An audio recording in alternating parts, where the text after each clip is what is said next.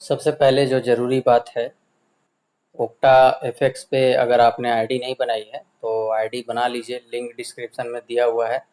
काफ़ी अच्छा ब्रोकर है और मैं 3 साल से इसके साथ वर्क कर रहा हूँ। टाइम से विड्रॉल मिल जाता है। बीटीसी विड्रॉल तो करीब 10 से 15 मिनट में भी मेरा आ जाता है।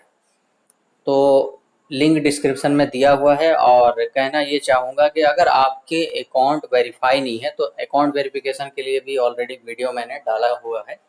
आप वहाँ से देख सकते हैं अकाउंट कैसे वेरीफाई करना है।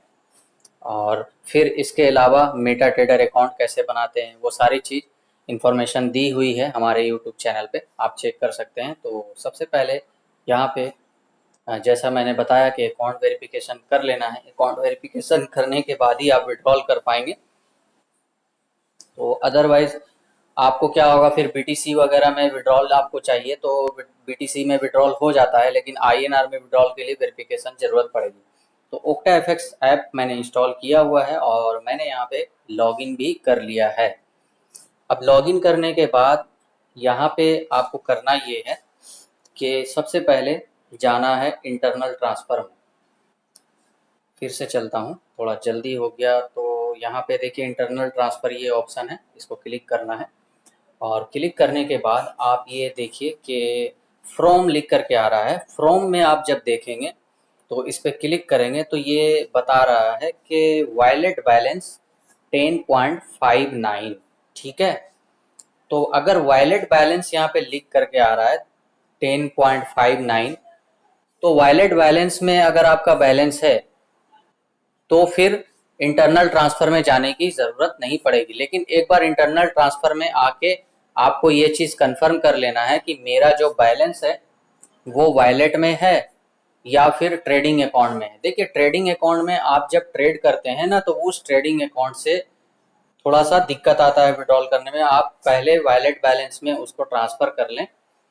तो सबसे पहले यहाँ पे क्या करेंगे कि मान लीजिए कोई भी एक अकाउंट मैं सेलेक्ट कर लेता हूँ और इसी तरह से ये जो अकाउंट है इसमें अगर बैलेंस रहेगा तो ये ऊपर रहेगा यहाँ पे। और 10.59 जो शो हो रहा है उस ट्रेडिंग अकाउंट में क्योंकि बैलेंस है तो वहाँ पे शो होगा।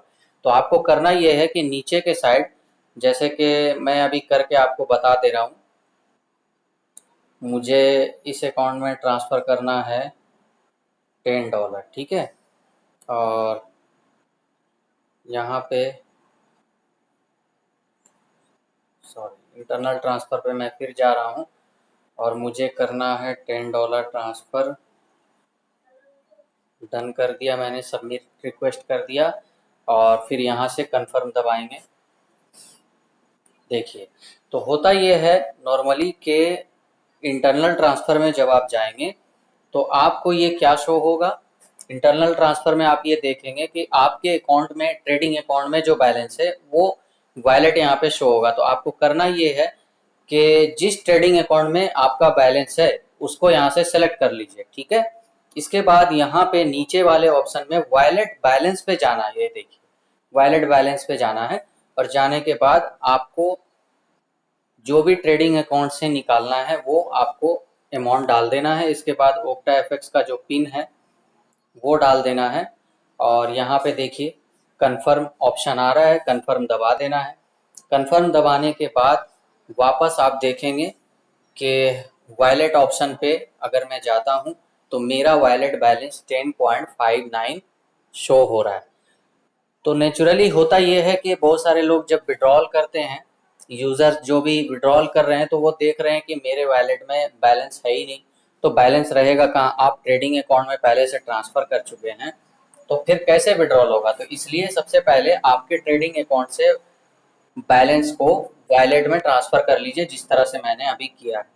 इसके बाद आपको करना ये है, ये थर्ड मेनू बार जो बना हुआ है यहाँ से वॉलेट पे जाएंगे। ठीक है। वॉलेट पे जाने के बाद 3 ऑप्शन यहाँ पे खुल रहा है, deposit, withdrawal, internal transfer. Internal transfer अभी जो मैंने करके दिखाया ये वही ऑप्शन फिर से यहाँ पे शो हो रहा है। डिपॉजिट तो डिपॉजिट होगा, तो आपको विड्रॉल वाले ऑप्शन पे जाना है। विड्रॉल वाले ऑप्शन पे जाने के बाद आपका सबसे पहले यहाँ पे लिखा आ रहा है कि इंडिया कैश और दूसरा वाला है इंडिया लोकल बैंक। तो ज़्यादातर लोग इंडिया लोकल बैंक में विड्रॉल करते हैं। तो इंडिया लोकल बैंक पे सेलेक्ट करने के बाद यहाँ पे आपको एक चीज़ समझना है, पॉइंट के बाद का जो डिजिट है ना आपके वॉलेट में, वो विड्रॉल नहीं हो पाता है। तो आप सीधा सीधा यहाँ पे 10 टाइप करेंगे और $10 के लिए आपको यहाँ पे INR मिलेगा 732.83। इसके बाद आपको यहाँ से अपना बैंक सेलेक्ट करना है और फिर यहाँ पे अकाउंट नंबर डाल दीजिए। जैसे मान लीजिए कि मैं डाल देता हूँ कुछ भी, अपना जो अकाउंट नंबर है मेरा। इसके बाद यहाँ पे आपको बैंक अकाउंट नंबर डालना है, ठीक है। और ये जो है आप अपना बैंक अपने हिसाब से सेलेक्ट कर सकते हैं। यहाँ पे state bank of India default रहता है, ठीक है। नाम सेलेक्ट करने का ऑप्शन नहीं है, नाम जो आपने वेरीफाई किया है वही नाम यहाँ पे रहेगा। सेम नेम से आपका जो अकाउंट है उसी अकाउंट नंबर को यहाँ पे फीड कीजिएगा। इसके बाद ओक्टा एफएक्स का जो पिन है वो डालना है। ओक्टा एफएक्स का पिन अगर आपके पास नहीं है तो इसके लिए भी वीडियो डला हुआ है, आप वहाँ से चेक कर सकते हैं। ओक्टा एफएक्स पिन डालेंगे और फिर रिक्वेस्ट वाले ऑप्शन पे क्लिक करेंगे तो आपका सबमिट हो जाएगा विड्रॉल।